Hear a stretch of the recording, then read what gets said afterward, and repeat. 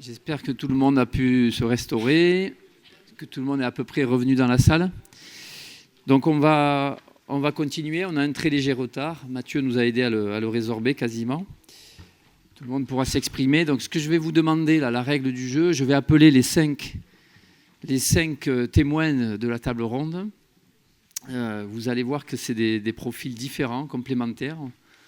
Nous allons avoir d'abord deux victimes qui vont témoigner. Alors l'une à distance, c'est Sébastien Boueil, qui est le directeur général, fondateur de l'association Colosse au pied d'argile, et qui a sa représentante locale, Emeline. Où es-tu, Emeline? Qui est au milieu ou au fond de la salle et qui, elle, aura le privilège d'animer un atelier cet après-midi. Sébastien, si tu nous entends, un grand merci à toi. L'an dernier, il était déjà avec nous. Il devait être présent physiquement, mais il a eu un contre-ordre, un empêchement professionnel qui l'a empêché d'être avec nous aujourd'hui. Donc j'espère que la troisième sera la bonne et que tu seras avec nous la prochaine fois. Donc Sébastien Boueil, à qui je laisserai le soin de se présenter. Je vais vous demander d'accueillir une autre victime locale. C'est notre Benjamine à la table ronde. Elle n'a que 24 ans et elle a accepté de venir témoigner de l'agression qu'elle a subie. Donc Noémie Lacroix. Noémie, où es-tu? On peut l'applaudir, on peut l'encourager.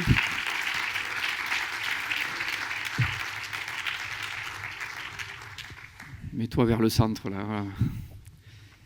Voilà. Donc, on va suivre un petit peu l'ordre du process quand il y a une violence. Donc, des victimes d'abord, donc le signalement. Et ensuite, on va avoir avec nous, à la table ronde, une juriste, Isabelle Rouquayrol. Isabelle, si tu veux bien t'approcher, de l'association France Victimes de l'Hérault. Donc vous verrez, elle se présentera également, elle vous présentera l'association France Victimes de l'Hérault et notamment elle vous parlera plutôt de l'accompagnement judiciaire dans ces problématiques-là, ce qui est important. Vous aurez également ensuite Stéphane Liger sur les aspects aussi réglementaires, administratifs du service départemental à la jeunesse, à l'engagement et au sport. Bon. Oui, excusez-moi, je suis un peu cavalier, mais on avait prévu de mettre notre dernière intervenante, Karine Noger, qui est directrice fondatrice de l'IREPS à Montpellier, qui est psychologue et qui se proposait de se tenir pas loin de Noémie si besoin. Voilà. Donc merci d'avoir accepté notre invitation.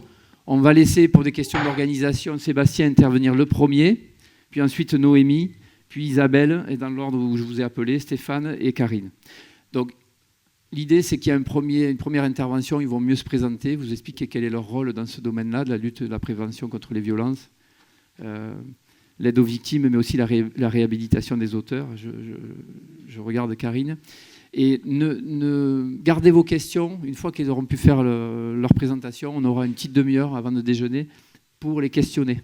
Voilà, donc voilà, même s'il y a des questions sur les premières interventions, vous les gardez, vous les notez sur l'intérieur de la main et puis vous les poserez tout à l'heure entre midi et midi et demi. Voilà, merci Sébastien, c'est à toi. Tu as la parole. Alors je ne sais pas si tu vois toute la salle, mais tu as un parterre de participants conséquent. On doit être à peu près 150, 160 ici. Donc je te laisse la parole. Bien, bonjour à toutes et tous. Donc, effectivement, désolé de ne pas être avec vous. J'ai déconné sur mon agenda. Je devais être à Montpellier et à La Roche-sur-Yon en même temps. Donc, on n'arrive pas à se cloner encore, mais on y travaille.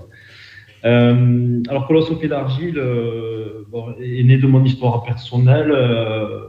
Donc, moi, j'ai été violé de mes 11 ans et demi à 16 ans, j'ai pu en parler que 18 ans après grâce à un copain d'enfance, un copain de rugby, qui avait un comportement sexuel dissolu. Et il a fait une hypnose partielle pour comprendre ce comportement. Et ça a révélé des viols qu'il avait subis pendant tout un été par son voisin, surnommé Cricket. Alors ce Cricket, c'est presque affectueux ce surnom, mais c'était l'ami de tout le monde. C'était son voisin, l'ami de ses parents, l'ami de son frère, l'ami de mes parents, le mari de ma cousine. Et donc Mathieu, quand il me parle de ce qu'il a subi, le lendemain, je le rappelle pour lui dire que moi pareil, mais sauf que sur la durée, ça a duré 5 ans quasiment. Donc je te cite bien sûr en suivant de porter plainte. Et avant d'aller porter plainte, je vais voir mon cousin, Frédéric, puisqu'on était les trois inséparables.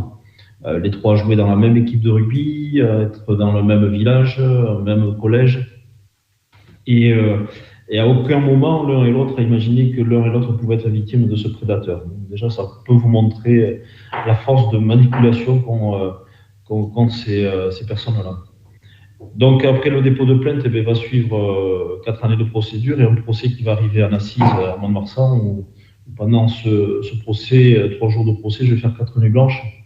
Et c'est là où je vais réfléchir à comment aider les autres victimes et comment protéger les futures potentielles victimes qui sont bien sûr nos enfants.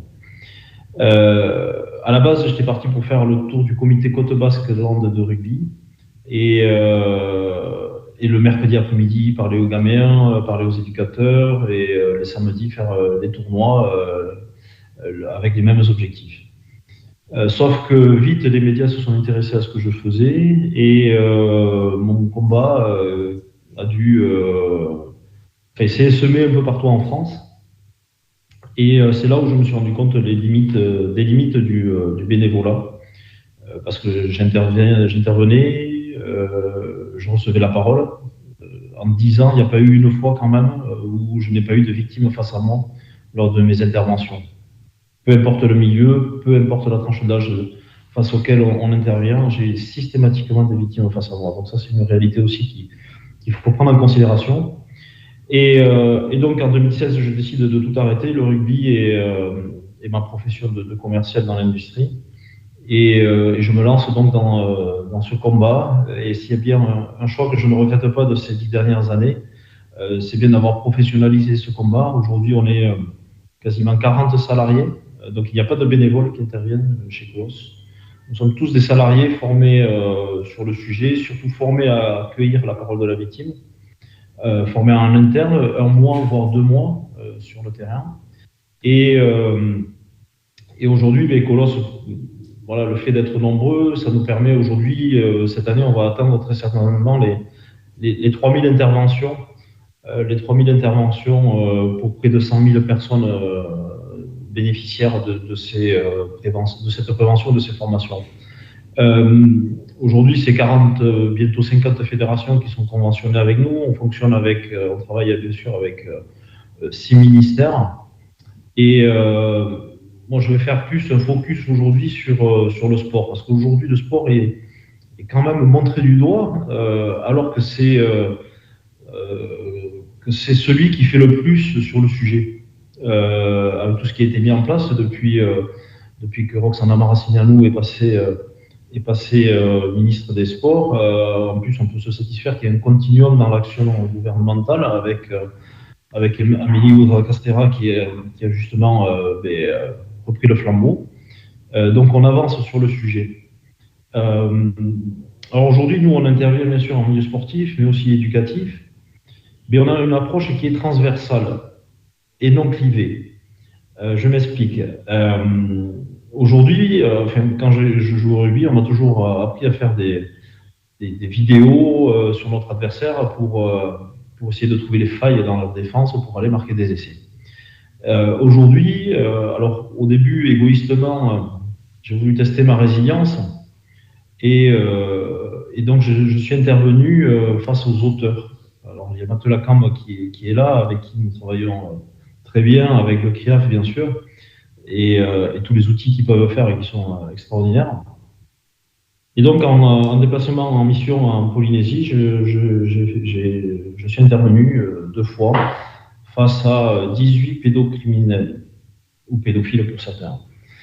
Et au début, ça a été un exercice assez compliqué, mais au final, alors ces interventions ne sont pas faites pour leur chercher le pardon ou des excuses, mais la principale faille que j'ai trouvée dans ce public de pédocriminels en Polynésie, c'est que 80% d'entre eux avaient été violés dans leur enfance. Et donc, ils avaient reproduit les actes pour lesquels ils avaient été condamnés. Qu'ils avaient subi, pardon. Et donc, ça m'a encouragé à continuer ce travail. Donc, on le fait aussi maintenant avec la PJJ, face aux mineurs auteurs, où l'objectif, c'est d'éviter la récidive, d'essayer de leur faire conscientiser ce qu'ils ont commis, essayer de leur faire avoir de l'empathie aussi pour la victime, Mais toujours le souci principal, c'est d'être dans la protection de l'enfance. Ce qui m'amène à vous parler de la prévention et les enjeux qu'il y a dans la prévention. Plus vite on va intervenir sur les jeunes, plus vite on va apprendre à ces jeunes mineurs à se protéger de ces prédateurs, prédatrices, qu'ils soient majeurs ou mineurs, parce que la spécificité du sport quand même, c'est qu'il y a beaucoup de violences sexuelles commises de mineurs sur mineurs. Et donc ça, c'est le premier enjeu. Le second, c'est de libérer la parole quasiment systématiquement, comme je le disais dans mon propos en liminaire. Et le fait de libérer la parole aux jeunes, on va éviter aussi qu'un traumatisme s'installe trop longtemps chez un individu et du coup mettre des années à être réparé. Et bien sûr, en libérant cette parole, on va éviter aussi qu'une victime passe sur le volet obscur du sujet et devienne auteur et reproduise donc les actes qu'elle a subis sur d'autres mineurs. Donc le sport, aujourd'hui, a ses valeurs de détection. Nous, on se sert vraiment du sport pour détecter les victimes, où on va amener l'encadrant dans une détection des signaux faibles ou forts que peut envoyer les victimes. Mais on va aussi se servir du sport comme outil de résilience. On a mis un programme en place où, effectivement, on a reçu 6 victimes de viol et d'agression sexuelle, âgées de 13 et 14 ans, en groupe mixte. Et en fait, le travail qu'on a fait avec elles, c'était, on leur a proposé tout d'abord de la sophrologie, pour appréhender leur peur. Après, on leur a proposé de la psychoboxe, de l'équithérapie, l'acrobranche. L'acrobranche pour gagner confiance en soi, puisque souvent c'est en soi et aussi en l'adulte, puisque souvent c'est l'adulte qui tient la corde en bas et qui sécurise l'enfant. Donc le travail qu'on a fait avec eux a été très touchant et puis très satisfaisant surtout. Ce qui nous amène aujourd'hui à travailler sur l'ouverture d'une maison d'accueil et de résilience par le sport, où on accueillerait les victimes placées par l'ASE ou par la justice. Parce que ce qu'on s'est rendu compte aussi, c'est que quand ces enfants sont placés dans des foyers d'accueil, ils sont exposés à d'autres problématiques, notamment la prostitution. La prostitution des mineurs, c'est un combat que nous menons, que nous avons lancé avec CVM, l'association, et des actions vont être mises en place là, très prochainement. Et donc, le fait de les avoir mis ensemble, entre pairs, entre victimes, on a vu beaucoup d'intérêt. Donc, c'est pour ça que ça nous motive à créer cette maison d'accueil et de résilience. Donc, voilà en gros le chantier colossal qui nous amène quotidiennement à découvrir des choses, malheureusement, à découvrir que le sport aussi est impacté, mais comme tous les milieux où il y a des enfants, malheureusement. Mais ce qu'on peut se satisfaire, c'est qu'on avance sur ce combat. On a aussi un message d'espoir par mon témoignage, c'est qu'on peut s'en sortir.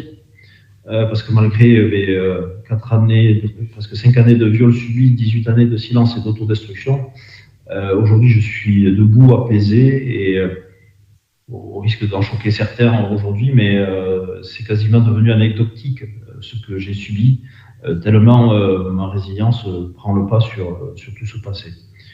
Donc le message d'espoir, voilà, c'est qu'on peut s'en sortir, et bien sûr qu'il faut parler.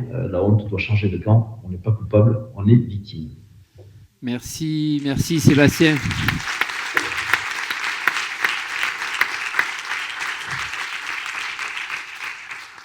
Sébastien, tu restes avec nous. Il y aura peut-être des questions pour toi à l'issue des interventions à la table ronde. Merci pour notamment ce message positif et d'espoir de fin de propos. Je donne tout de suite la parole à Noémie Lacroix, qui est bien avec nous et qui va vous parler de son expérience à elle. Merci. Donc moi, je vais aussi vous parler de violences sexuelles parce qu'il s'agit d'un éducateur sportif qui avait 32 ans et qui a exercé sur moi une emprise psychologique à des fins sexuelles. Il y aurait beaucoup de choses à dire parce que c'est des schémas communs à beaucoup de violences sexuelles, mais je vais essayer d'être brève.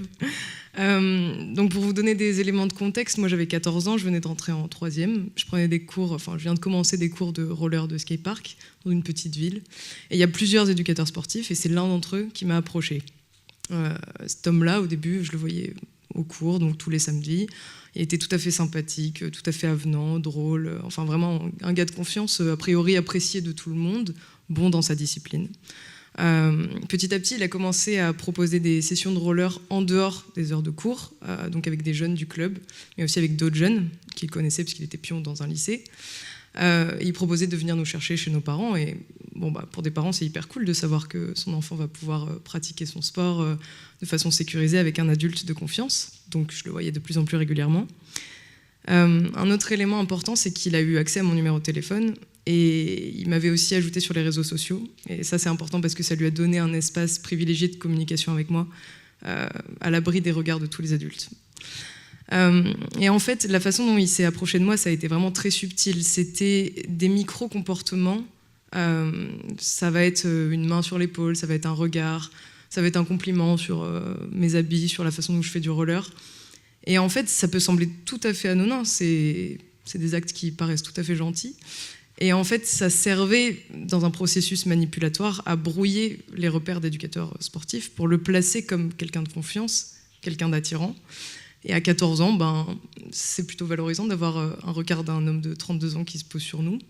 On apprend tout, enfin on ne connaît pas trop les relations sexuelles, les relations amoureuses. Donc petit à petit, moi je me suis sentie attirée par cet homme, et à mesure qu'il sentait qu'il gagnait ma confiance, il a multiplié ses actes, ses approches. Et quand il a compris que j'étais tombée amoureuse de lui, j'étais tombée dans son piège. Et là, il a pu exercer son emprise psychologique. Et là, il a instauré une relation de couple totalement factice, puisqu'il n'avait pas de sentiments pour moi. Mais en fait, très vite, il m'a dit qu'on devait se cacher, parce que les gens ne pouvaient pas comprendre une relation entre un homme de 32 ans et une jeune fille de 14 ans. Donc on devait se cacher. Donc je devais supprimer les messages qu'on s'envoyait constamment. Je devais changer son nom sur mon téléphone. Je devais surtout pas en parler à mes amis du lycée, enfin du collège. Surtout pas à mes parents, encore moins. Donc il a vraiment essayé de m'enfermer là-dedans, dans cette petite complicité. Il savait exactement ce qu'il faisait. Et sur le plan sexuel, je ne vais pas vous donner de détails, vous inquiétez pas. Mais là aussi, à 14 ans, on n'a pas de repères et il se place comme un adulte de confiance. Et il justifie des pratiques sexuelles qui sont malsaines, qui sont douteuses, par le fait que c'est l'amour et c'est comme ça se passe comme ça dans les relations de couple. Et quand on a 14 ans, on ne sait pas, donc on dit « ouais, d'accord ». Donc voilà, et à 14 ans, j'ai appris à mentir à ma famille, à mentir à mes parents, à mentir à mes amis. Je culpabilisais constamment. Il fallait qu'on se cache, donc j'avais toujours peur que quelqu'un découvre notre relation. Et lui, il savait exactement ce qu'il faisait. Quand il venait me chercher chez mes parents, il les regardait dans les yeux quand il buvait le café avec eux. Il leur disait « oui, on va faire du roller, oui ». Il savait exactement, sa technique, elle était mise en place depuis bien longtemps. Donc un petit peu plus tard, j'ai décidé de le quitter quand j'étais au lycée. Donc je vous passe l'épisode où il me fait culpabiliser, etc. Et en fait, ce qui est intéressant, c'est que j'ai mis fin à ce que je pensais être une relation de couple. Mais en vérité, je n'avais pas mis fin à l'emprise qu'il exerçait sur moi, parce que après ça, j'en ai parlé à personne d'autre. Je me disais, c'était une relation un peu bizarre, et je gardais ce petit secret au fond de moi, mais j'en ai parlé à personne. Je ne voyais pas vraiment où était le problème en vérité. Et voilà, j'ai continué à vivre ma vie. Et là, il y a 1 an, donc 9 ans plus tard, j'ai eu le déclic, pour un autre événement que je ne vais pas vous détailler ici, c'est pas important, mais là, je me suis dit, ok, là, il y a un problème en fait. Il y a un problème, et là, c'est comme si on vous mettait une espèce de vision d'adulte, et vous pouvez refaire tous les souvenirs de cette relation. Et moi, j'ai compris qu'en fait, non, c'était pas une relation, c'était un prédateur sexuel, c'était de la pédocriminalité.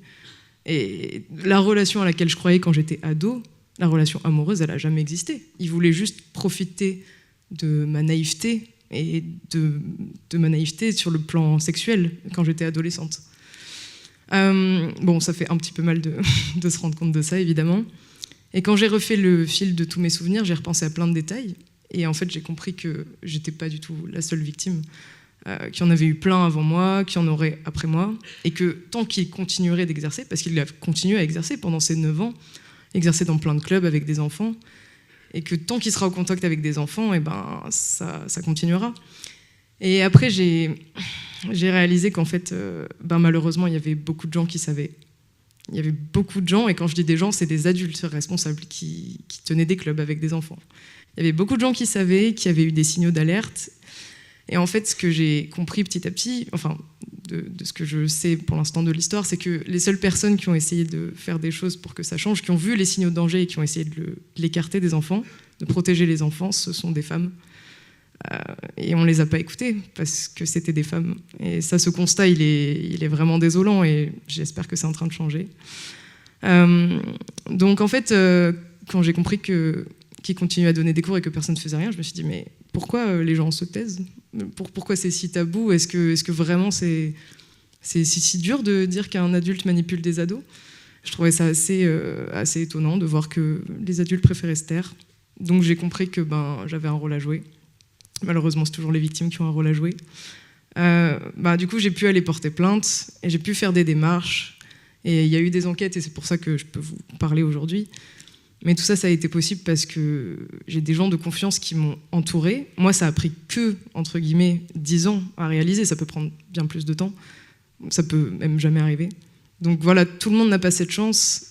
Et il faut bien garder ça en tête. Et je finirai juste en disant qu'il faut arrêter de protéger les agresseurs et les violeurs. Enfin, il est grand temps qu'on arrête parce que c'est ce qu'on dit depuis bien longtemps. C'est que quand on se tait, quand on sait des faits mais qu'on décide volontairement de fermer les yeux, on devient complice en fait de ces agressions. Et moi, ça m'énerve profondément. Parce que ce que j'ai vécu, c'est une violence psychologique. J'ai pas de cicatrice, c'est pas forcément physique. Mais psychologiquement, croyez-moi, ça laisse des traumas. Ça laisse une envie de vengeance extrême.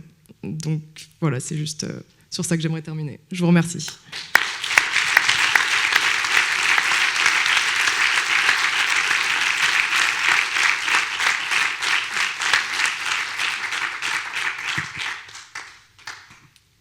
Je pensais qu'elle aurait du mal, c'est nous qui avons du mal à entendre ce qu'elle dit. J'ai vu Sébastien applaudir derrière toi. Donc du coup, on va garder nos questions pour tout à l'heure. Chapeau, Noémie, un grand merci.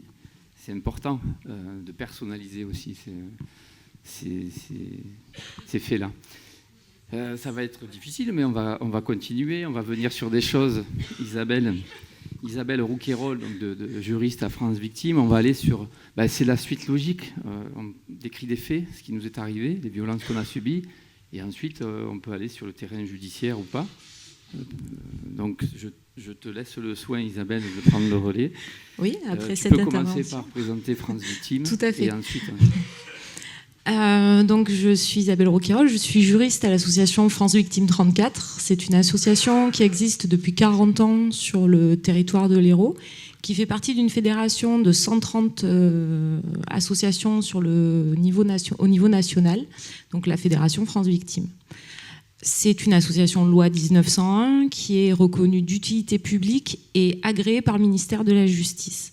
Au sein de notre structure dans l'Hérault, il n'y a que des professionnels qui interviennent, donc des juristes et des psychologues. Ma collègue interviendra cet après-midi lors d'un atelier. 7 juristes et 6 psychologues, une 7e en cours de recrutement, parce que nous avons un grand besoin de renfort à ce niveau-là pour accompagner les victimes. Nos missions sont d'accompagner les victimes sur le plan judiciaire.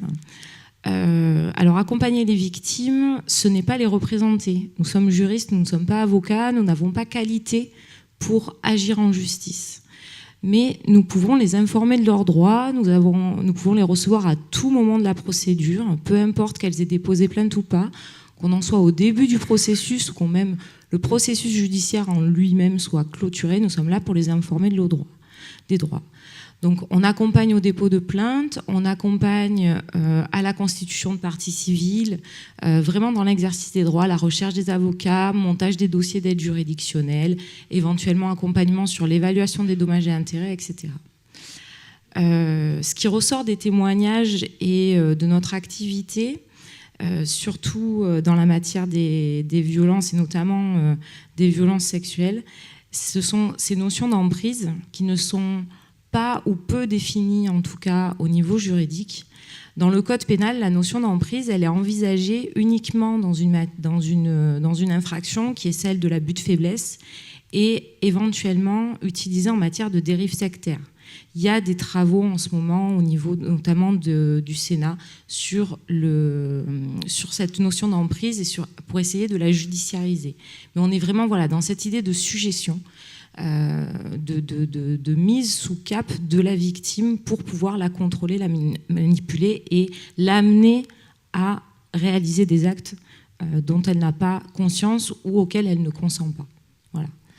Ce qu'il est important aussi dans le travail qu'on fait avec les victimes, c'est dans l'information des droits, c'est de bien prendre en compte ce qu'elles nous déposent, de dire si c'est une infraction pénale ou pas, et surtout leur expliquer quelles sont les possibilités légales aujourd'hui. Et je parle notamment en termes de prescription des infractions pénales, à laquelle beaucoup de victimes peuvent se heurter, notamment des victimes qui sont aujourd'hui âgées d'une quarantaine d'années, voire plus, parce que les dispositions légales ne s'appliquent pas tout le temps, pour tout le monde, de la même façon. Et donc, on doit éduquer. Notre travail, c'est beaucoup de pédagogie, en fait, juridique et judiciaire. Vraiment, on est vraiment là-dessus.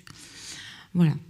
Je conclurai mon propos, puisqu'il fallait être un peu rapide, pour vous dire aussi que depuis 2016, en partenariat avec le service pénitentiaire d'insertion et de probation de l'Hérault, nous animons des mesures de justice restaurative. La justice restaurative, ce n'est pas le monde judiciaire, loin de là. C'est un espace de parole qui est offert aux victimes et aux auteurs pour se rencontrer et pouvoir échanger après une longue préparation sur les répercussions des infractions, des faits commis et des faits subis. Il y a des conditions qui sont essentielles, notamment pour la participation des auteurs, c'est la reconnaissance des faits et la responsabilisation par rapport aux actes commis.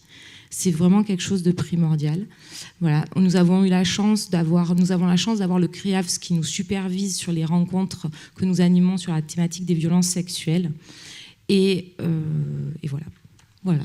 Je vous remercie pour votre écoute.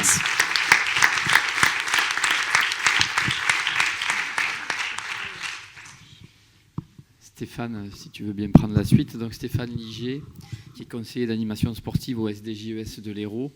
Tout à l'heure, monsieur le conseiller général, qui, je sais pas, départemental, je ne sais pas s'il est encore avec nous, parlait des chevilles ouvrières.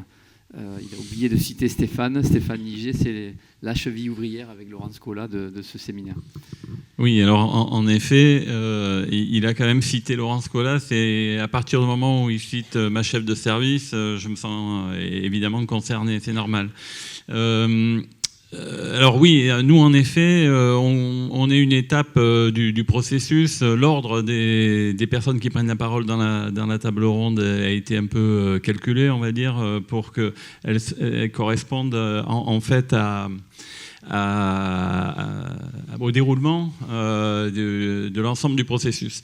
Donc moi j'interviens effectivement immédiatement après le témoignage de Noémie, de Sébastien et puis d'Isabelle, qui sont donc tous les trois concernés par le témoignage. Et pour nous, à notre niveau, ce témoignage-là, il vaut signalement, en fait. Et ce signalement, il va faire l'objet d'un traitement.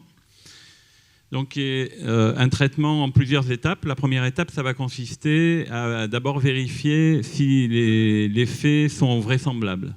Donc, il faut comprendre que ce signalement, évidemment, il ne nous arrive pas de la manière dont ils ont été présentés là.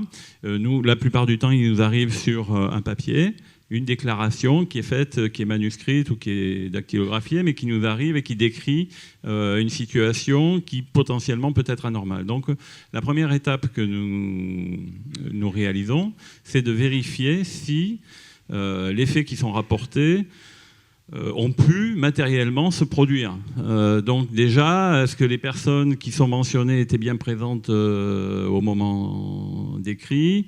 Est-ce que, par exemple, il n'existe pas dans les relations des personnes mentionnées des expériences qui pourraient justifier une situation, entre guillemets, de règlement de compte, etc. Donc on essaye de vérifier déjà, dans un premier temps, d'écarter toute situation qui pourrait expliquer que les faits soient portés à notre connaissance, mais qui n'aient potentiellement pu ne pas exister. Donc j'insiste un peu là-dessus parce qu'en réalité, il n'y a pas très longtemps, il n'y a pas si longtemps que ça, on a été confronté à cette situation où effectivement une personne qui n'avait pas pu obtenir ce qu'elle souhaitait d'une autre personne s'est permis de porter à notre connaissance un événement qui vraisemblablement n'a pas eu lieu puisque la personne elle s'est rétractée par la suite. Donc c'est une étape importante. Ensuite, une fois que nous avons pu vérifier que les faits sont vraisemblables, qu'ils ont pu avoir lieu, évidemment, nous ne jugeons pas, hein, nous ne portons pas de jugement sur ces événements. Par contre, on essaye de réunir les éléments à charge et à décharge qui permettront au service de porter à la connaissance du préfet ces éléments pour que lui puisse prendre une décision. Donc on conduit une enquête.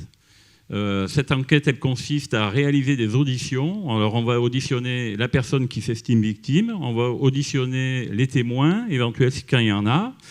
On va auditionner évidemment en dernier lieu le mis en cause. Et à l'issue de toutes ces auditions, on aura des éléments pour rédiger ce qu'on appelle un rapport d'enquête qui sera présenté devant une commission. Donc cette commission, nous la réunissons.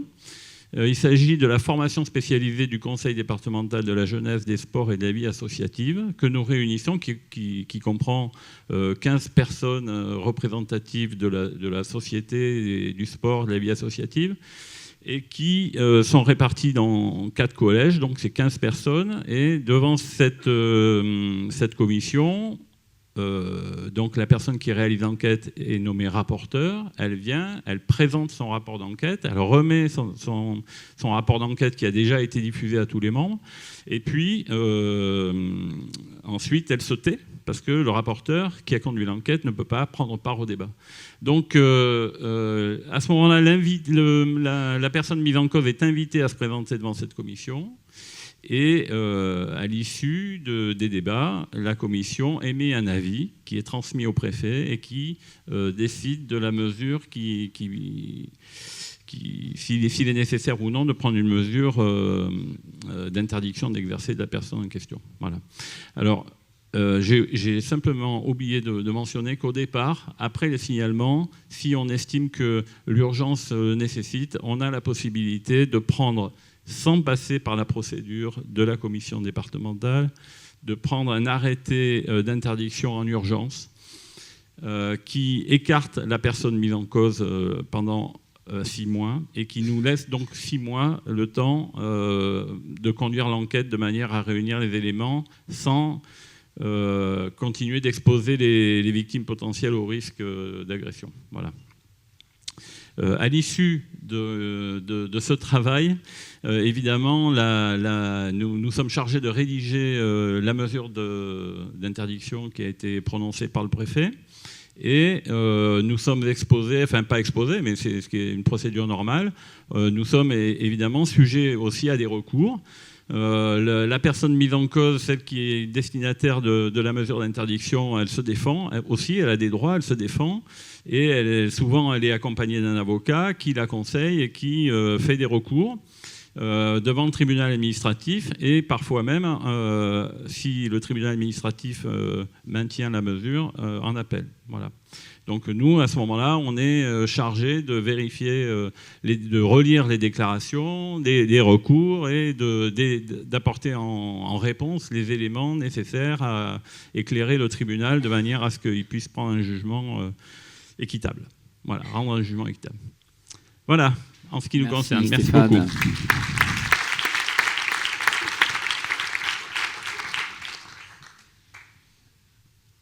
Karine, tu as l'honneur d'intervenir en dernier. Karine Noger, oui. IREPS de Montpellier.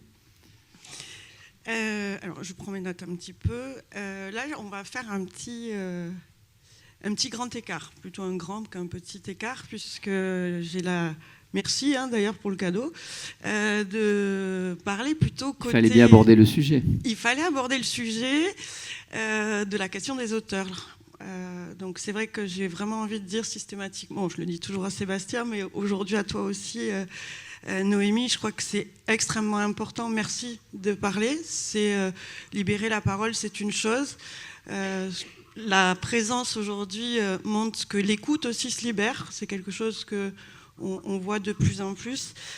Donc voilà, vraiment important de préciser en préambule que l'indispensable nécessité que les victimes parlent et qu'il y ait des personnes qui les écoutent et leur disent j'espère que tu l'as entendu, je te crois, tu es courageuse d'en avoir parlé, c'est pas ta faute, c'était interdit et tu es plus toute seule. Voilà, des choses, des bases, 5 phrases de base à connaître par cœur et à dire le plus souvent possible parce que ça a déjà participé à une restauration. Mais allez, on y va sur les auteurs. L'avantage, c'est que Mathieu en a parlé déjà, donc il m'a ouvert un peu les portes. Sébastien en a parlé aussi dans le travail qu'il est en train de mener. France Victime, justement aussi sur les rencontres de restauration victime-auteur. Donc finalement, c'est peut-être pas un grand écart, c'est peut-être une complémentarité. Je vais essayer de rendre compte, voilà, je vais circonscrire parce qu'ils sont en train de se dire, elle parle tout le temps, combien de temps elle va prendre. Donc j'y vais là, ça y est. Je te remercie de circonscrire. J'y vais. Donc je vais surtout parler d'une expérience qui a été, qu'on a eue grâce au soutien commandé et soutenu financièrement par le SDGS 34 pour mettre en place des formations, prévention des risques et gestion des faits de violence dans le sport et l'animation. On était déjà dans la mixité publique, sport, animation, encadrant, dirigeant. Derrière, il y a eu stage de réhabilitation proposé auprès de personnes remises en cause, certaines étant déjà passées par le SDJSVA, la commission, d'autres étant en cours d'enquête et devant y passer après. Et on a complété aussi les sessions d'analyse de pratiques professionnelles.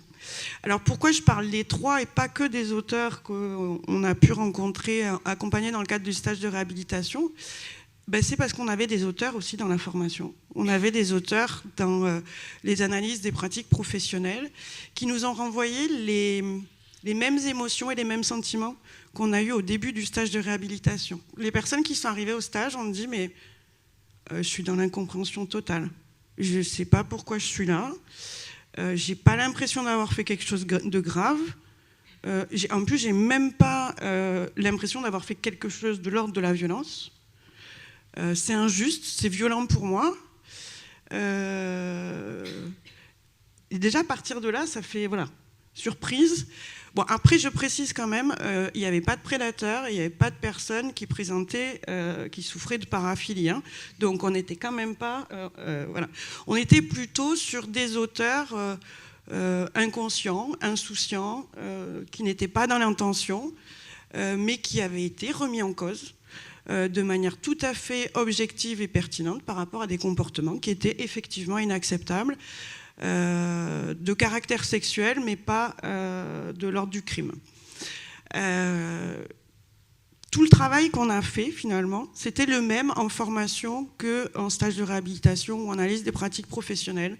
C'était travailler les représentations. Quelle représentation j'ai du sport ou de l'animation? Quelle représentation j'ai du corps de l'autre et de la relation que j'ai à l'autre?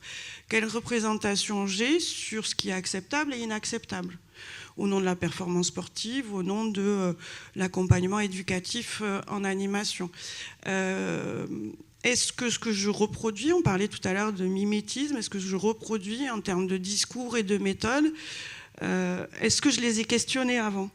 Est-ce que finalement, ils ne sont pas porteurs de violence sans que je m'en rende compte? Et finalement, voilà, je commence à avoir des petits discours qui glissent. Puis après, c'est des SMS, c'est des petits rendez-vous, c'est des petits échanges. Et on arrive à des choses qui ont vraiment une importance conséquente et des faits. Et donc, travailler, finalement, je vais essayer de lire vite, comme ça, je pose les choses. Mais en gros... l'accompagnement des auteurs, c'est leur permettre de prendre conscience, se remettre en question, pas forcément en cause Ils ont déjà été mis en cause. Là, c'est se remettre en question. Ok, ça te paraît injuste et bizarre, mais t'es pas là pour rien. Donc à un moment donné, voilà, on va analyser les faits, on va analyser la pratique, on va essayer de comprendre qu'est-ce qui s'est passé. Ce qu'on voit beaucoup, c'est ce qu'a annoncé Mathieu tout à l'heure, c'est la confusion des places et des espaces. Sous prétexte que je suis éducateur sportif ou encadrant, je me pose dans une démarche d'autoritarisme qui peut amener, glisser vers une relation d'emprise. Sous prétexte de vouloir, à l'inverse, avoir une relation affective, de la complicité avec mes sportifs ou avec mes jeunes, je vais être un peu trop proche. Et on s'aperçoit qu'il y a une véritable confusion. On va avoir des personnes qui vont se positionner donc en hiérarchie et imposer, et d'autres qui vont se positionner en copains. Mais quand on a l'autorité, la responsabilité, qu'on a les personnes sous notre autorité, on ne peut pas être un copain. C'est pas possible. On ne peut pas envoyer des sextos à son sportif ou son jeune parce que j'ai 19 ans et que lui il a 15 ans et que finalement entre 15 et 19 c'est pas gênant. J'ai autorité sur une personne dont je dois garantir la sécurité. Un dernier point par rapport à ça, et après je conclus, c'est que... ça y est, je viens de le perdre. Il y a vraiment quelque chose qui m'a énormément surpris quand on dit aux personnes, mais quelles sont vos vigilances? Garantir la sécurité. Chouette. Ça veut dire quoi? Empêcher qu'ils se blessent, ranger le matériel, faire attention quand il y a un ballon qui passe dans... Et la sécurité psychologique et morale.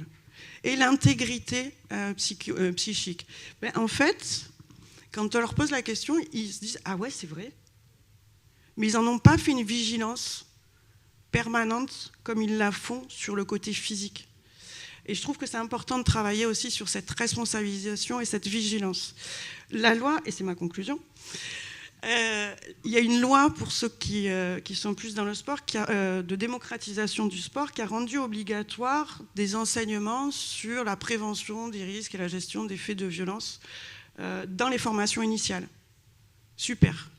Sauf que s'il y a des organismes de formation, vous savez que déjà, il n'y a pas beaucoup d'heures de formation, on ne sait pas où les mettre, ces heures-là. Puis en plus, on ne sait pas qui faire intervenir.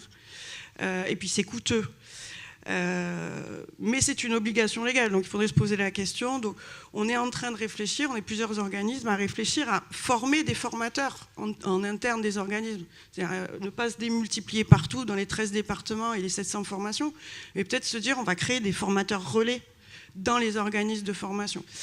Donc formation initiale, mais ce serait intéressant la formation continue, parce que finalement on sait très bien qu'à la fin de notre formation, on ne fait que commencer.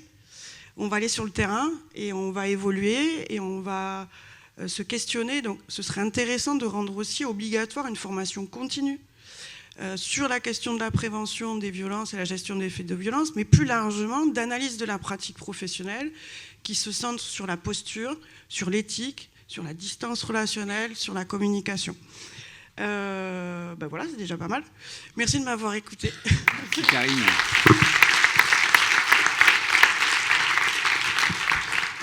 Je pense qu'elle avait encore 18 points à traiter, mais comme elle me voit dans le coin, elle s'est abstenue de les traiter. Merci beaucoup Karine. Alors, cet aspect, cette nécessité d'intégrer cette thématique, je ne sais pas si j'ose l'appeler comme ça, des violences, dans les formations, ça sera un des enjeux de demain, la demi-journée qu'a annoncé Laurence Collat en ouverture. On aura les responsables au niveau de la Dragès notamment qui viendront témoigner et surtout partager avec les autres institutions, avec j'espère des engagements à la fin de la matinée demain, sur le fait d'intégrer justement cette thématique dans les formations, qu'elles soient initiales ou continues. On en reparlera du coup avec ceux qui seront avec nous demain. Je sais qu'il y en a certains d'entre vous qui seront aussi demain avec nous. Est-ce que déjà, au niveau des intervenants, est-ce que je vois qu'il y a des gens qui acquiesçaient aux interventions de leurs voisins, est-ce que vous avez entre vous une ou deux questions, ou vous voulez rebondir sur ce qui a été dit, ou est-ce qu'on donne tout de suite la parole à la salle? Stéphane? On peut peut-être donner la parole à la salle. Et ensuite rebondir. Voilà. C'est le moment. On a quelques minutes de retard, mais il fait 12h10. On est bien. Malika. Attends, Malika, je t'arrête parce qu'on enregistre ce qui se dit aujourd'hui. Et Sébastien ne t'entend pas si tu ne parles pas dans le micro. Donc je vais te faire passer un micro.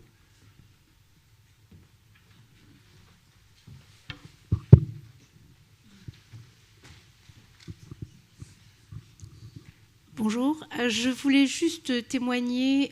J'ai participé à 3 jours de formation avec l'IREPS, justement, super formation sur les violences dans le sport et l'animation, comment alerter, avec David Voinsin, c'est ça ? Voinson, oui, à Bayarc. Ouais, c'était super.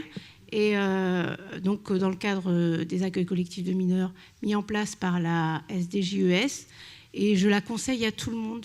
Vraiment, il y avait tout type de stagiaires d'horizons différentes, sport, animation, et c'était très intéressant. Donc, pour les formations, j'invite tout le monde à y participer, c'est gratuit.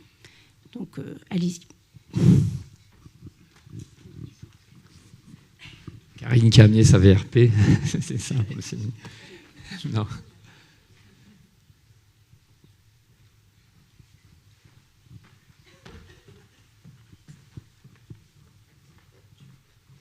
Monsieur Massy, j'étais reconnu. Bonjour, Thierry Massy, je suis conseiller technique national à la Fédération française de karaté et disciplines associées. Karine, vous avez parlé, Karine Noger, vous avez parlé des relais. Est-ce qu'il est proposé aux fédérations nationales, j'en profite que Sébastien est là aussi parce qu'il vient d'une très grosse fédération, est-ce qu'il est proposé aux formateurs, puisque vous savez que dans chaque fédération, nous organisons nos diplômes, on va dire spécifiques à nos éducateurs, à nos encadrants, est-ce qu'il est proposé à ces fédérations éventuellement de former les cadres techniques qui font déjà partie d'ailleurs intégrante de certaines fédérations, mais bien éventuellement les services de formation qui sont reliés sur le terrain aux futurs éducateurs qui dirigent nos enfants dans toutes les disciplines confondues. Moi, j'aimerais savoir s'il existe déjà des contacts. Je pense que oui, mais officiellement et de manière plus institutionnelle, il faudrait peut-être un peu plus travailler sur le sujet pour qu'on puisse sur le terrain, effectivement, que ce soit dans des formations diplômantes, de diplômes d'instructeurs très fédérales, qu'il y ait déjà ce message-là qui est passé sur le terrain à tous ces jeunes futurs encadrants, parce qu'ils viennent de là, nos futurs encadrants, futurs éducateurs du sport, oui. De ces fédérations-là. Alors, je vais prendre la parole puisque vous me l'avez donnée, mais je la donnerai à Sébastien puisqu'on n'a pas le même rayonnement par rapport à nos associations. Pour ma part, l'IREPS Sport a un rayonnement régional avec une antenne sur l'Hérault, même le siège social sur l'Hérault. Donc, ça se travaille effectivement avec ces structures-là. Justement, Olivier, tu viens de le préciser. Demain, les différentes institutions vont se regrouper pour voir comment on peut avancer sur cette question-là. Et ce qui est intéressant, c'est que non seulement les institutions politiques sont présentes, mais aussi les collectivités et les opérateurs, les associations opératrices. Donc c'est en train de se structurer au niveau du département. Je peux dire aussi que c'est en train de se structurer au niveau de l'Occitanie. De manière forte justement pour qu'après on puisse solliciter que ce soit les comités départementaux au niveau de l'Hérault, mais aussi des autres départements, puisque l'initiative se fait dans les 13 SDGs de l'Occitanie, que ça soit fait aussi au niveau régional, après auprès des ligues et des comités régionaux, ça va être fait. Après, je vais donner la parole à Sébastien, puisque sa structure est référencée par le ministère et en lien direct avec les fédérations, donc il pourra en parler sur le cran supérieur. À toi, Seb. Oui, effectivement, le ministère, déjà, dans le cadre de la convention qui nous lie à eux, on intervient dans le cadre des formations des BPGEPS et des EGEPS, donc c'est pris en charge par le ministère. Ensuite, il y a dans les conventions que nous signons et les plans de lutte que nous mettons en place, que nous co-construisons avec les fédérations, nous, ce qu'on fait, la première étape quand même, c'est de former.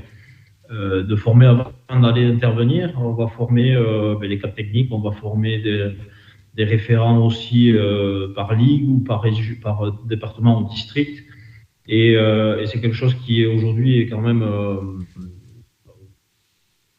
est quasiment rendu obligatoire par le ministère. Donc tant mieux. Mais effectivement, on fait les choses par étapes. Parce qu'avant d'aller intervenir, parce que nous, quand on va intervenir face aux gamins, aux mineurs, souvent on va recevoir la parole immédiatement, mais souvent elle peut se libérer 2, 3, 4, 6 mois après. Et la personne que nous allons former va être, on va clairement l'identifier au sein du club, au sein de la ligue ou du comité départemental, afin qu'elle soit identifiée par la victime, et puis qu'elle soit relais aussi entre la victime et nous. Et souvent maintenant, quand même, on est saisi directement par les victimes, par tous les canaux possibles. On a une plateforme de signalement confidentielle et sécurisée. On a bien sûr les réseaux sociaux, on a beaucoup de témoignages qui arrivent par Instagram, mais c'est souvent aussi par le biais de nos interventions que nous avons ces signalements. Mais quoi qu'il en soit, la formation est indispensable et rendue obligatoire dans les process de formation par le ministère des Sports. Oui, je voulais enfoncer le clou, confirmer ce qui vient d'être dit en vous indiquant qu'effectivement au niveau national, il y a des relations qui sont établies entre le ministère des Sports et les fédérations et que le message passe clairement à la prise en considération des phénomènes violents dans le cadre des formations. L'idée d'ailleurs de la demi-journée institutionnelle qui est organisée demain, c'était en réponse au constat que nous faisons, nous, à notre échelle, de l'agitation, entre guillemets, des différents acteurs sur ce sujet. Donc, on s'est rendu compte qu'effectivement, cette volonté exprimée par le ministère des Sports, mais également par le ministère de l'Éducation nationale et de la jeunesse, de la prise en compte de ces phénomènes, y compris dans les formations, a fait qu'il y a eu beaucoup de réponses mises en œuvre, que ces réponses, elles nous apparaissent un petit peu en désordre, entre guillemets, c'est-à-dire qu'il y a souvent, on fait plusieurs fois les mêmes choses, on répète, et on peut être redondant, et du coup, on constate que on peut peut-être faire mieux, on perd en fait en efficacité, et l'enjeu en fait de la demi-journée de demain, c'est d'essayer de réfléchir ensemble sur les complémentarités à trouver interinstitutionnelles, de manière à ce qu'on soit plus efficient, plus efficace et plus pertinent, donc du coup dans l'élaboration des réponses à notre niveau, quoi. Voilà. Merci Stéphane. Une autre question, Pascal? On connaît tous vos prénoms dans la salle, tous les inscrits. Bonjour à tous. Pascal Geoffrenou, je suis BE, judo et autres, peu importe, j'ai fait du haut niveau aussi à l'INSEP. Et je m'interroge à ce que vous venez de dire. Est-ce que justement, il ne faudrait pas peut-être établir un petit cahier qui est distribué aussi aux enfants ou aux adolescents, alors peut-être leur proposant, leur disant, tu vas faire partie d'un club, il peut se passer ça, ça, ça, protège-toi. C'est-à-dire que si ton éducateur t'invite, si ton éducateur demande ton numéro de téléphone, si ton éducateur se rapproche de toi à l'extérieur, peut-être que ça serait déjà, plutôt qu'agir sur il faut agir sur les fédérations, bien sûr, sur les formations des brevets d'État et autres, mais que les enfants, à partir de 10-12 ans, ils sont tout à fait à même, puisqu'ils vont sur les réseaux sociaux, ils ont tous Facebook, ils gèrent tout, ils sont à même ils ont leurs fiches avec attention. Voilà, ça peut peut-être être une idée, je ne sais pas si c'est déjà mis en place. Merci pour cette intervention qui est vraiment très pertinente, parce qu'effectivement, comme l'a indiqué Mme Colas au début de son intervention ce matin, on a réfléchi, évidemment, et on a essayé de mettre en place à notre niveau ce qu'on appelle un plan départemental de prévention et de lutte contre les violences dans le sport. Dans cet axe départemental, ce plan départemental que nous essayons de relancer, enfin de développer, justement par l'étape qui est prévue demain, prévoit 4 axes aujourd'hui, 4 axes de réflexion, et notamment en ce qui concerne dans un premier temps la formation, ensuite une veille déontologique en rendant des visites plus régulières sur le terrain dans les clubs, mais aussi dans les accueils de mineurs. Ensuite, il y a la sensibilisation des publics scolarisés, parce que ça a aussi été dit ce matin, mais il ne faut pas oublier. C'est pour ça que je renvoie le message, et dans les tote bags qui vous ont été rendus, il y a un recueil des textes réglementaires qui concernent le sujet, et vous avez également 2 fiches de signalement, une pour l'animation et une pour le sport.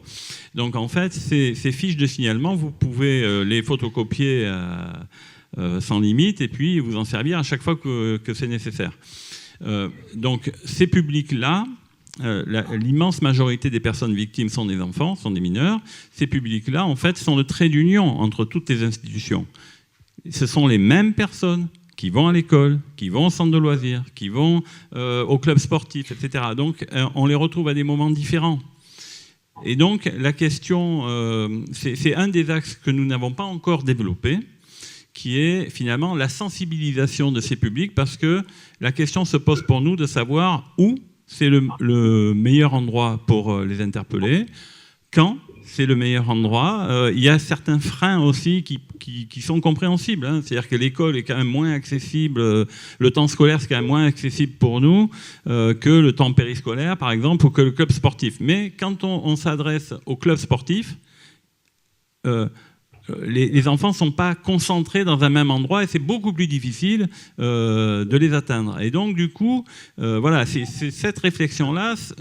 Comment faire pour avoir une action efficace, telle que vous venez de la décrire, de sensibilisation des enfants sur comment reconnaître ce qui est normal, ce qui n'est pas normal, etc. Et voilà, donc nous avons une réflexion engagée à ce sujet avec des collègues du service. D'ailleurs, nous réfléchissons aujourd'hui à la manière dont on pourrait élaborer un jeu à destination des enfants scolarisés que les professeurs pourraient utiliser, mettre à leur disposition pour les sensibiliser à cette question, sans que nous soyons, par exemple, obligés d'aller sur place. Vous voyez, c'est toute cette réflexion-là qui est en cours. Alors, elle est certainement trop tardive. Bon, on n'est de toute façon jamais à l'heure, il faut le savoir. Mais bon, voilà, on fait ce qu'on peut à notre niveau. Je passe la parole à ma collègue. Juste une petite précision, Karine, pour répondre à Pascal, préciser à ma collègue, me souffle à l'oreille qu'il y a des outils sur le site du ministère qui sont faits pour ça. C'est ça que tu allais dire, pardon. Alors, je te laisse le dire. C'est exactement ce que j'allais dire. Pour revenir à la question de départ sur le livret d'informations à distribuer aux jeunes, déjà, ça existe. Il y en a depuis longtemps, ça a été repris, travaillé, il y en a sur le ministère, enfin, même conçu par le ministère ou relayé par le ministère si vous allez sur le site internet. Le Colosse a un flyer spécifique, peut-être tu le donneras cet après-midi dans les ateliers, Emeline, je ne sais pas. Ou voilà, l'envoi par mail, développement durable, on y pense. Voilà, donc il y a des choses qui existent. Maintenant, 2 problématiques, même 3 problématiques. Il a été prouvé depuis plus de 40 ans que se circonscrire à l'information augmente les comportements à risque. Pourquoi ? Pour les plus anciens, le sida ne passera pas par moi. Pour les plus jeunes, le Covid ne passera pas par moi. À un moment donné, la simple information que potentiellement je peux être en contact avec un prédateur sexuel, c'est quelque chose qui, dans une majorité des cas, pas dans tous, mais dans une majorité des cas, va déclencher un déni. Ces documents, c'est la psychologue qui parle. Maintenant, ça ne veut pas dire pour tous. Après, le format, effectivement, papier, bon, à réfléchir. Qui traduit l'information ? Qui l'a fait comprendre et l'a fait assimiler ? Ça, c'est une autre question. La deuxième chose, vous dites, ils sont normalement à 12 ans, c'est à peu près ce que vous avez dit, à 12 ans, ils sont équipés, ils vont sur Internet et tout ça. Ils ne sont pas équipés. On observe aujourd'hui, et ce n'est pas chez les 12 ans, c'est l'ensemble de la population générale, une baisse des compétences psychosociales. Une baisse de cette capacité à analyser les situations, à prendre des décisions, à faire preuve de discernement, de lucidité, de recul, à gérer ses émotions, à gérer son stress, à avoir conscience de soi, à avoir de l'empathie pour l'autre. Ces compétences-là, c'est pas gagné en fait. Non, ils sont pas forcément équipés. Nous-mêmes d'ailleurs, quand tu pourras peut-être en parler en off entre midi et 2, mais nous-mêmes en tant que professionnels, on se rend compte, mais attends, est-ce que j'ai vraiment eu de l'empathie pour cette personne-là? Est-ce que j'ai vraiment conscience de mes émotions, de mes réactions? Voilà, donc vraiment, sur ce, je mettrai un petit bémol. Et le troisième bémol, clairement, le témoignage de Sébastien et Noémie nous le prouve. La violence, c'est un fait de relation. Et parfois, l'autre, il est plus fort que nous. Il nous enlève nos capacités. Il fait que peut-être qu'on était équipés, mais il nous a déséquipés. Il nous a dévalorisés, dénigrés, mis dans l'emprise et dans la perte de confiance. Et, enfin, vous l'avez parlé, Noémie, tu en as parlé vraiment de manière très forte. Il t'a tellement manipulé qu'en fait, tu avais une relation amoureuse, quoi. Quand même. Donc, l'information, oui, mais pas que. La sensibilisation, évidemment. Ce qui serait encore mieux, c'est qu'on arrive à l'étape de prévention, c'est-à-dire celle qui permet non seulement d'amener les gens à être concernés, mais à développer et renforcer des compétences psychosociales, d'estime de soi aussi, on en a parlé, de responsabilisation. Ça, voilà, c'est vraiment important, et de former les gens, en fait. Voilà, je crois que ça, c'est vraiment très important, parce que tu étais équipé, hein, et Sébastien, il était équipé aussi. Hein, et vous étiez sûrement informé. Voilà. Non. Justement pas. Je ne sais pas si on m'entend.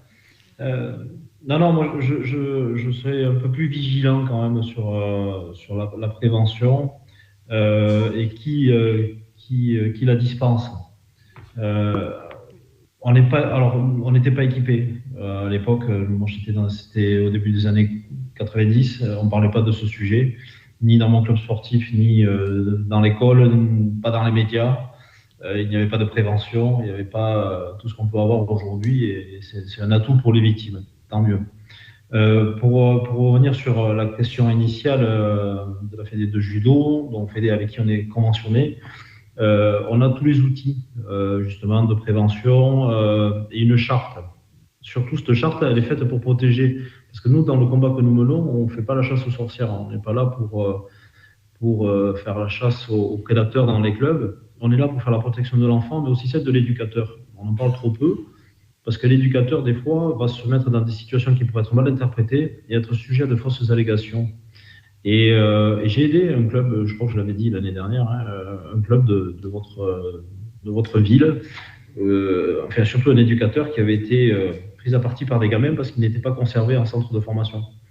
Et ils avaient proféré de fausses allégations contre lui, mais s'il avait respecté la charte, eh déjà, il ne se serait jamais trouvé isolé avec ses gamins dans un endroit clos où il était en danger du coup, et là, ce qui a favorisé ces fausses allégations. Donc, Emeline pourra vous les partager, on a vraiment une charte qui est faite pour protéger le gamin et l'éducateur, mais du départ à la maison, à l'entraînement, au déplacement, à la communication, et c'est quelque chose qui fonctionne du moment que c'est mis en place. Et après, par rapport à la prévention, nous, on ne distribue pas d'affiches ou de guides de prévention sans mener un discours.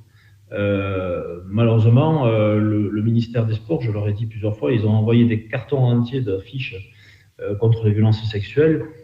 Nous qui sommes beaucoup dans les fédérations et dans les clubs, on les voyait, mais pas sur les murs, ces affiches. Donc c'est bien de mettre des campagnes d'affichage, mais il faut surtout accompagner d'un discours. Sachez que du moment qu'on va secouer le cocotier, comme je dis, on va libérer la parole. Et donc c'est là où on est très vigilant, nous. C'est pour ça qu'il n'y a pas de bénévoles qui interviennent. Parce que si on n'est pas formé à accueillir cette parole de la victime, on peut malheureusement la verrouiller tout simplement par des questions qu'on peut poser fermées, qui vont être orientées, qui vont être où on va inclure dans la question la réponse que nous on imagine en tant qu'adultes. Et après il faut voir l'interprétation, il faut voir comment c'est signalé aussi après. Donc on est très vigilant par rapport aux plans de prévention qui sont mis et surtout aux personnes qui sensibilisent. On est en train de travailler avec une grosse fédération où l'objectif c'est d'avoir deux référents par club. Mais ce sont des personnes avant d'être référentes qui vont être formées, qui auront des prérequis et qui auront les bases pour pouvoir parler du sujet et dispenser de la prévention au sein de leur club. Voilà ce que je voulais rajouter. Merci Sébastien. Donc, il ne faut pas que les bénévoles dans la salle se sentent écartés du sujet pour autant. La question de la formation des bénévoles devrait évidemment être abordée demain et par la suite. Parce que même sans être des professionnels, ça nous paraît indispensable que les bénévoles aident à libérer aussi la parole, mais restent dans un rôle qu'ils ont bien compris, qu'ils n'outrepassent pas leur devoir. Voilà. Il y a un monsieur qui patiente depuis tout à l'heure. Présentez-vous. Oui. Donc Bruno Tranchant, coordinateur jeunesse pour une communauté de communes. Je reviens sur le registre, sur le fait que l'animateur ou l'éducateur sportif, une fois qu'il a été signalé qu'il y a un arrêté fait par le préfet de l'Hérault de non-exercice, est-ce que cet arrêté est bien enregistré nationalement? C'est-à-dire qu'il ne change pas de département et puis on va sur le TAM et on dit on le va, et puis on dit oui, mais on va sur le département d'à côté et on dit non. Donc est-ce que ce registre est bien national, cet arrêté est bien national et pas... ça n'est pas réduit géographiquement. Et deux, quid de cet animateur ou de cet éducateur sportif qui quitte le champ du club sportif ou des ACM et qui va dans le tourisme et qui se retrouve animateur d'un mini-club ou éducateur sportif dans un village vacances. Qui s'y colle? Alors, je vais m'y coller. En fait, oui, lorsque le préfet de l'Hérault prend un arrêté d'interdiction d'exercer en direction d'un éducateur, il a une portée nationale, cet arrêté. Donc, évidemment, cet arrêté, il est transmis au ministère des Sports, qui traite la question. Et en fait, la personne, elle fait l'objet de ce qu'on appelle, nous, une incapacité qui apparaît dans les registres. Et donc, quand la personne, elle se retrouve en incapacité, au moment où elle va devoir fournir une carte professionnelle, elle ne pourra pas. Voilà. Donc, sauf que l'animateur BAFA n'est pas un professionnel, il est un vacataire. Donc, oui, mais il peut être saisonnier dans un mini-club. J'étais responsable mini-club pour un village vacances. Moi, je n'ai pas accès au TAM. Là, les textes sont clairs à ce niveau-là. Il y a l'interdiction, un arrêté d'interdiction en sport rend incapable également en animation. Oui, en sport, mais il est animateur BAFA. Il fait quoi? En fait, la question, c'est où il intervient. C'est-à-dire que l'obligation, nous, elle relève, pour nous, dans notre champ, que du Code de l'action sociale et des familles ou du Code du sport. Donc, Code de l'action sociale et des familles, c'est des accueils collectifs de mineurs, au sens du Code de l'action sociale et des familles. Donc, si ça ne relève pas d'un accueil collectif de mineurs, dans sa définition, qui est très précise, effectivement, il n'y aura pas de déclaration dans TAM, puisque il n'y a pas d'obligation de déclaration de tous les accueils qui sont dans le tourisme, et de ce fait, ça ne sera pas vérifié. Maintenant, il y a eu un renforcement de la loi sur le contrôle des mineurs. S'il y a des condamnations autres, parce que là, on parle d'arrêté d'interdiction du préfet au titre du Code de l'action sociale et des familles. Donc, ça ne sort pas de ce cadre-là. Nous, c'est limité. Mais après, si c'est une condamnation judiciaire qui concerne un mineur, il y a des interdictions plus larges d'intervenir auprès de tous les mineurs, quel que soit le lieu d'intervention. Ça, je suis d'accord avec vous, puisqu'on va leur demander le casier judiciaire, donc ça va bien apparaître. Voilà. Mais s'il y a un jugement, mais là, en l'occurrence, c'est un acte administratif. Donc ça veut dire qu'il pourra exercer sa déviance, ou je ne sais pas. En tout cas, il pourra l'exercer dans un mini-club, dans un club de vacances, puisque du coup, il n'aura pas l'interdiction d'exercer.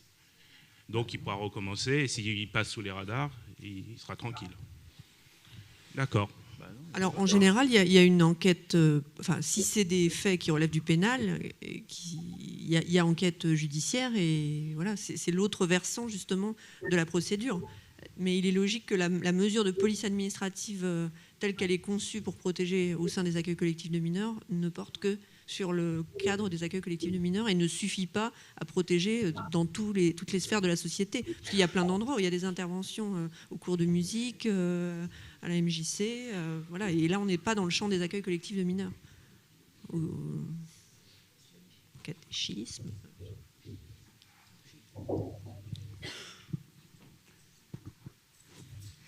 Oui, donc... oui. Bonjour tout le monde. Donc, du coup, moi, je souhaitais revenir sur la formation du coup des éducateurs sportifs, puisque moi, je suis Laetitia Miguerou, je suis conseillère au sein de l'AFDAS, l'opérateur de compétences du coup de la branche sport. Donc, on a créé une offre de service justement VHSS, violence et harcèlement sexiste et sexuel, où on a référencé des prestataires, dont le Colosse au pied d'argile, pour justement former les salariés des structures sportives, que ce soit club, fédé, comité, du moment où ils sont employeurs, et ils ont accès à cette offre de service, où c'est des petits formats, et du coup, il y a plusieurs thématiques de formation. Donc n'hésitez pas, si vous êtes du coup une structure sportive, à revenir vers nous, à demander à votre conseiller sur le déroulé et surtout sur le financement. Voilà. Merci Laetitia. Nous aurons demain le délégué régional qui participera aux travaux avec nous, Monsieur Benben. Je veux juste compléter sur la formation. Je sais que maintenant aussi en STAPS, les premières années de STAPS sont intégrées dans les cursus de formation, un module sur les violences sexuelles et sexistes. Bonjour, je suis Virginie Vignal, je suis psychologue et j'avais une question pour Stéphane du coup. La carte pro, elle se renouvelle tous les 5 ans. Donc, qu'est-ce qui se passe justement quand il y a une enquête administrative et un élément? Est-ce que ça apparaît tout de suite dans la liste des cartes pro ou Non, quand la personne fait l'objet d'une mesure, on va dire, elle est invitée à rendre sa carte pro. Hein. Donc voilà, donc elle ne l'a plus. Merci.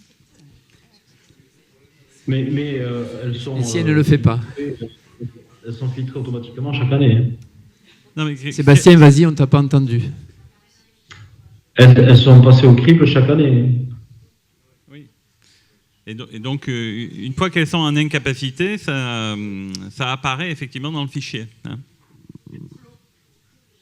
C'est ça, ça clôt le dossier de l'éducateur. Et donc, si on consulte, puisque c'est public, hein, EAPS, on peut regarder pour chaque éducateur que vous avez dans vos structures s'il a bien sa carte professionnelle. Et là, ça apparaîtra clos. Est-ce que pour consulter le fichier, du coup, alors, concrètement en fait, les personnes qui sont habilitées à consulter les fichiers, elles sont identifiées au sein du service. Moi-même, je n'y ai pas accès, donc elles sont là, hein, elles sont dans la salle. Et Mais il y a la consultation publique de APS.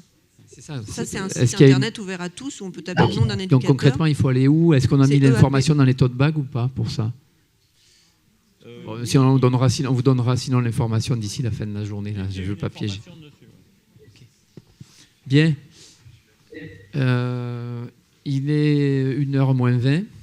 Comme on a l'impératif de retrouver Madame Bourdet, directrice des sports et déléguée justement aux questions de violence par le ministère, on ne peut pas prendre du retard, le reporter tout à l'heure.